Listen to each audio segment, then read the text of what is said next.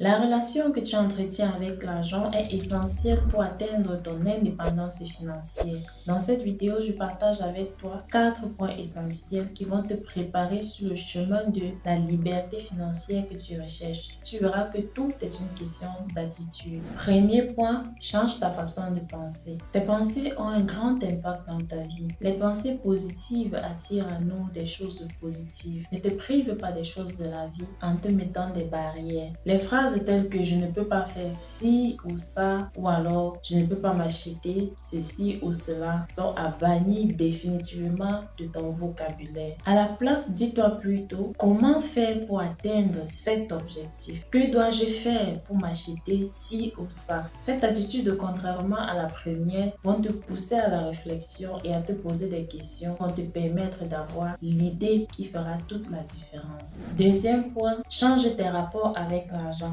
Comme le dit l'auteur Robert Kiyosaki dans son livre Père riche, Père pauvre, que je te conseille d'ailleurs de lire, il dit, je cite, « Ne travaillez pas pour l'argent, mais faites travailler l'argent pour vous. » Voici l'essence même de la différence entre un patron et un employé. Le patron paye un employé pour que ce dernier lui rende un service. Donc, en d'autres mots, son agent travaille pour lui. Si vous êtes salarié, vous comprenez exactement ce que je veux dire. Vous travaillez pour obtenir un salaire que vous attendez impatiemment à la fin du mois. Pour sortir de cette situation, vous devez vous révolter, vous mettre en colère et surtout vous poser la question comment faire pour que désormais mon argent travaille pour moi. Ceci sera la preuve de votre volonté et de votre désir de changer et ce sera le premier pas vers la liberté financière. Troisième point, ne désirez pas l'argent. Ceci peut sembler faux, mais si vous désirez l'argent, l'argent vous asservira au lieu d'être à votre service.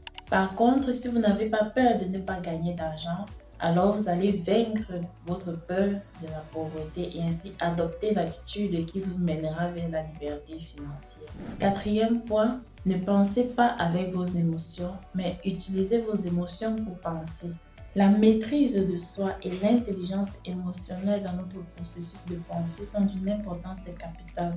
Nous sommes invités à prendre du recul et à utiliser nos émotions comme des indications pour évaluer un problème ou une situation. En intégrant nos émotions dans notre processus de réflexion, nous pouvons prendre des décisions plus éclairées et plus équilibrées qui comptent à la fois de la rationalité et de notre ressenti émotionnel. Cela nous permet d'être plus conscients de nous-mêmes et des autres et ainsi de mieux gérer les défis qui nous attendent. Je voudrais que tu repartes avec ceci. Je dois intégrer mes émotions dans mon processus de réflexion de manière constructive plutôt que de les laisser dicter mes actions de façon incontrôlable.